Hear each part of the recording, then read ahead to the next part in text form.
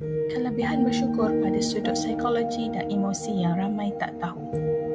Bagi orang awam, bersyukur sekadar menyebut Alhamdulillah atau terima kasih. Sebenarnya, bersyukur memberi kesan lebih dari itu. Hasil kajian pakar psikologi dari University of California menunjukkan bahawa kelebihan bersyukur pada sudut psikologi dan emosi memberikan impak besar pada diri dan orang sekeliling.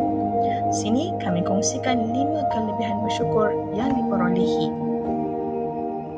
Kelebihan bersyukur dari sudut psikologi dan emosi. Pertama, mempunyai tahap emosi positif yang tinggi. Kita berusaha untuk mengubah fokus dari fikiran negatif kepada positif. Kedua, lebih bersiaga, bersemangat dan rasa ingin lebih memaknakan hidup. Orang yang mengamalkan rutin berfikiran positif akan cenderung kurang mengalami masalah kemurungan. Ketiga, lebih ceria dan gembira. Mereka yang sering bersyukur akan anda perasan yang mereka sentiasa berada dalam mood gembira. Bukan mereka tidak ada masalah, cuma mereka belajar menghargai banyak perkara baik yang berlaku dalam hidup. Keempat, lebih optimis dan bahagia.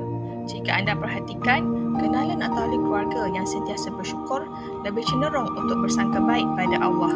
Kelima, cuba untuk menguatkan semangat dan merancang hidup. Bersyukur dapat membantu menguatkan diri agar tidak mudah putus asa dan kurang membuat perbandingan hidup dengan orang lain. Secara keseluruhannya, kelebihan bersyukur mampu menjadikan seseorang lebih sabar, tenang, sangka baik dan kuat semangat.